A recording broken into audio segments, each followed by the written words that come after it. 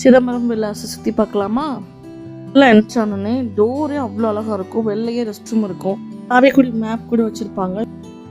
Welcome ட்ரிங்காக ginger add பண்ணி ஒரு drink கொடுப்பாங்க. Look at that. என்ட்ரன்ஸ்லேயே அந்த வீடோட ஓனர்ஸ் இருப்பாங்கள்ல, லைக் மூதாதையர்கள், அவங்களோட ஃபோட்டோஸ் எல்லாம் இருக்கும். உள்ள கைடு இருப்பாங்க. அதில் explain each and every thing.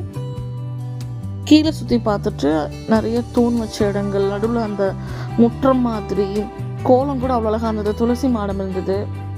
நீங்கள் லன்ச் புக் பண்ணிங்கன்னா நீங்கள் சுற்றி பார்த்துக்கலாம்.